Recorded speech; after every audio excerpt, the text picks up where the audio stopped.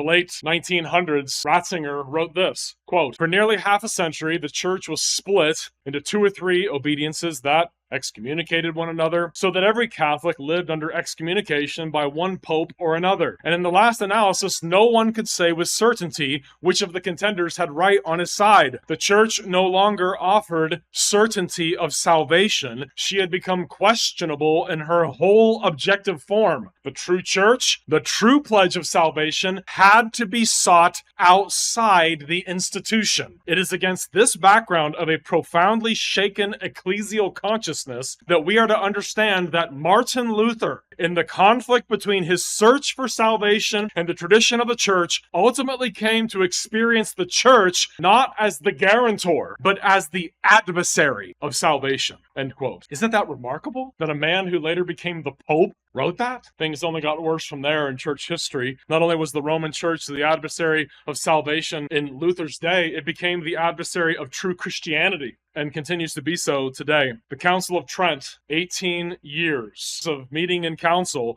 they spent examining the doctrines of the Reformation and in many cases misunderstanding the doctrines of the Reformation. They published numerous articles followed by canons that condemn evangelical Christians to hell for their beliefs. There are hundreds of these in the canons and decrees of the Council of Trent. I'd like to read to you just 6 of them. 6 curses, 6 divine anathemas of the Roman Church that damn all of us who believe the gospel to hell. Before I read them, it needs to be understood that every single pope since 1564 that has taken the papal throne has had to affirm every single one of these anathemas, including Pope Francis and the current pope today. These have never been rescinded, repented of, changed, altered, or deleted. Canon 9 of the Council of Trent, Session 6 of the Council of Trent, quote, "If anyone says that the sinner is justified by faith alone, let him be anathema." Canon 11, "If anyone says that men are justified either by the sole imputation of the righteousness of Christ or by the remission of sins, let him be anathema." Canon 12, "If anyone says that justifying faith